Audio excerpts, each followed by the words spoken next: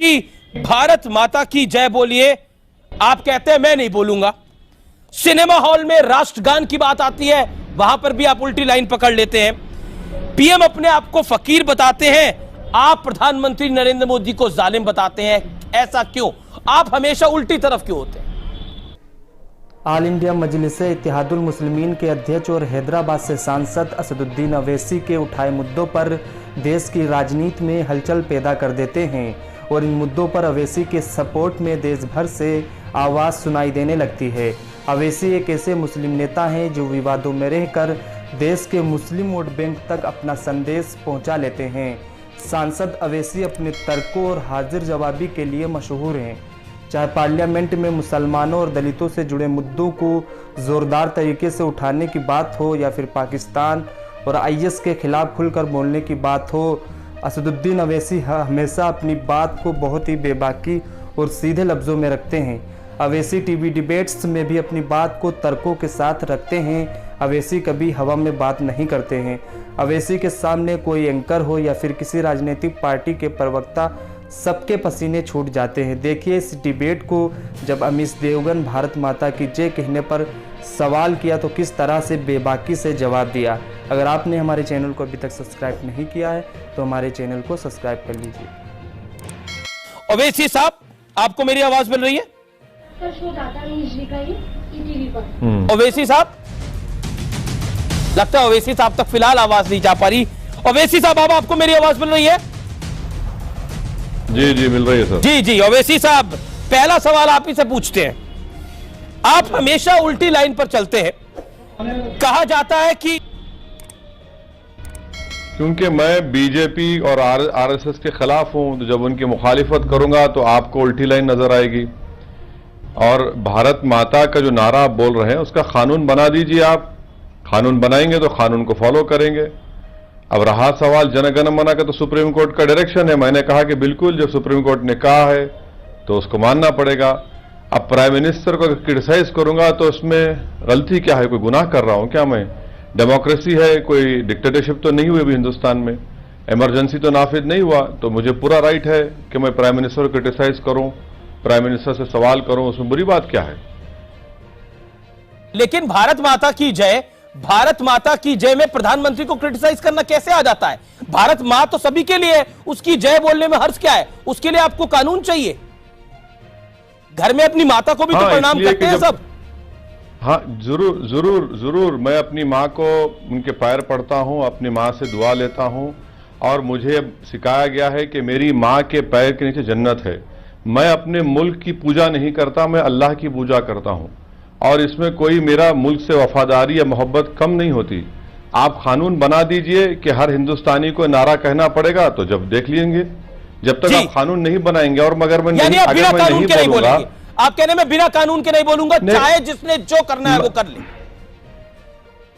बिल्कुल। आप मेरा ये डेमोक्रेटिक राइट है, मेरा फ्रीडम एक्सप्रेशन है।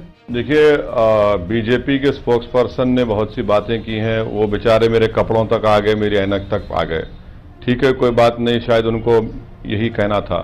मैं ये बताना चाह रहा हूं कि उन्होंने याकूब मेमन का जिक्र किया। भाई अफजल गुरु की तारीफ तो महबूबा मुफ्ती ने की, मरहूम मुफ्ती साहब ने की, और वो आप उनके साथ अलायंस में हैं, आपको कोई तकलीफ नहीं होती। बेअंत सिंह के कातिलों को रिहा करने के लिए बादल साहब जाकर मिलते हैं कि उसको फांसी ना दे, आप उनके साथ अलायंस करते हैं, आपको कोई तकलीफ नहीं होती। तमिलनाडु के रेजोल्यूशन, असेंबली में रेजोल्यूशन पास होता है कि राजीव गांधी के कातिलों को फांसी ना मिले, आप जयललिता के साथ सपोर्ट लेते हो, उनको डिप्टी स्पीकर का पोस्ट देते हैं लोकसभा में। चौथी बात यह है कि मैं मुबारकबाद फिर से देना चाहूंगा कि बीजेपी ने इस मुस्लिम वोट बैंक के मिथ को तोड़ा। मुस्लिम वोट बैंक तो कभी था ना है ना कभी रहेगा, बल्कि उसके ऑपोजिट हमेशा रहा हिंदू वोट बैंक। छठी बात यह है कि बीजेपी के स्पोक्स पर्सन ने appeasement for none justice for all की बात की। तो मुझे यह बता दीजिए कि आप ये भी कहते हैं कि हमको मुस्लिम औरतों का वोट मिला क्योंकि ट्रिपल तलाक का उसके बात की। एक भी आपने मुस्लिम महिला को टिकट नहीं दिया। और चौथी बात यह है कि आप appeasement for none justice for all की बात करते हैं।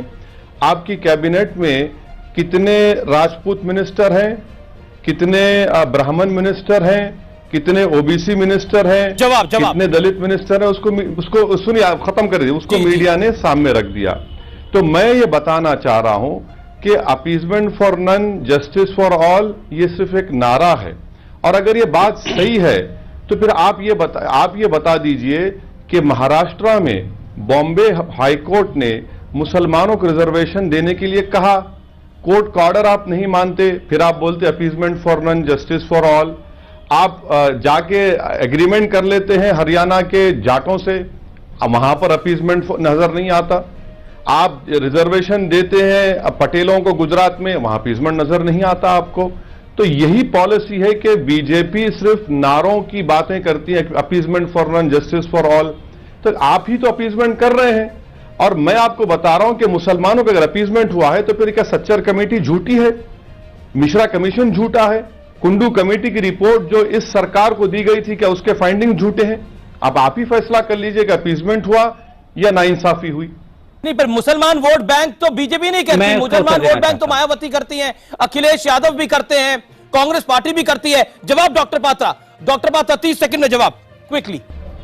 देखिए, पहली बात जो ओवैसी साहब ने कहा, उन्होंने कहा मुस्लिम वोट बैंक होता नहीं है और हिंदू वोट बैंक होता है। ओवैसी साहब, अगर हिंदू वोट बैंक होता ना तो मंदिर की जमीन के लिए गिड़गिड़ा नहीं रहा होता, और अगर मुस्लिम वोट बैंक नहीं होता तो एक 70 साल की शाहबानों को सड़क पे निकाल दिया गया था।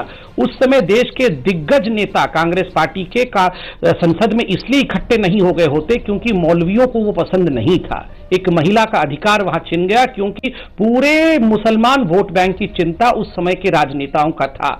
मुस्लिम वोट बैंक नहीं होता तो कांग्रेस की एंटनी कमेटी की रिपोर्ट नहीं होती।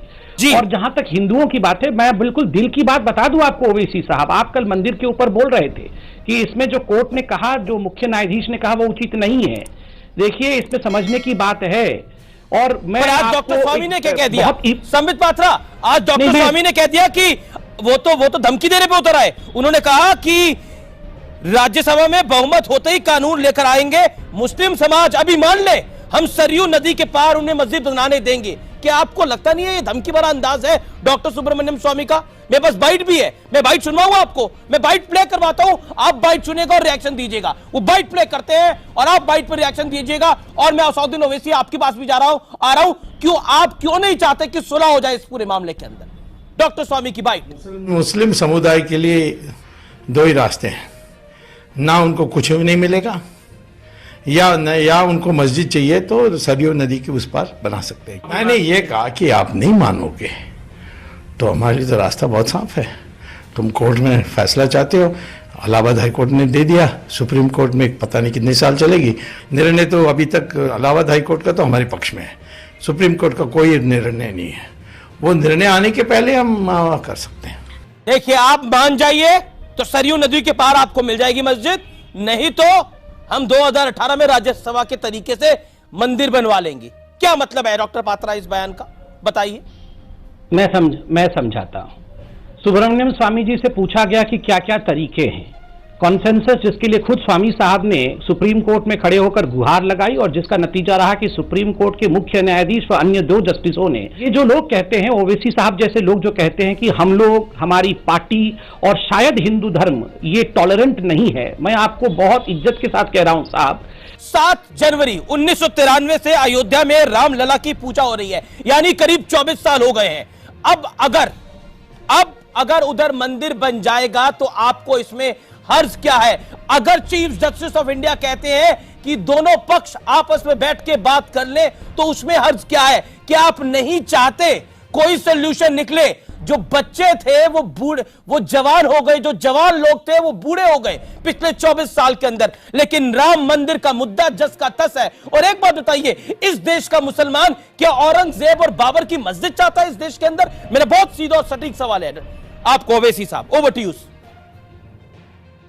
ये मुल्क ना औरंगजेब का है, ना बाबर का है, ना राम का है।